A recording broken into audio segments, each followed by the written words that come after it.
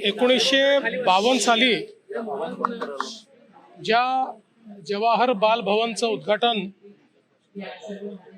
तत्कालीन राष्ट्रपतींनी केलं होतं, 75 वर्षानंतर त्याचं अतिशय सुंदर अशा प्रकारचं नूतनीकरण करण्यात आलेलं आहे। लहान बालकांकरता सर्व प्रकारच्या सोयी या ठिकाणी आहेत। परफॉर्मन्स करता येईल, गोष्टी समजून घेता येतील, वेगवेगळ्या पद्धतीचं वाद्य संस्कृती असेल त्या संदर्भात प्रशिक्षण इथे घेता येईल, अशा प्रकारची खूप सुंदर व्यवस्था आहे। बाजूला जे एक उद्यान आहे तिथे मंत्री महोदयांनी मला सांगितलं की एक आपण ओपन सायन्स पार्क देखील तयार करतो। त्यामुळे एकूणच आपल्या मुलांकरता बालकांकरता एक अतिशय सुंदर अशा प्रकारची वास्तू तयार झाली आहे।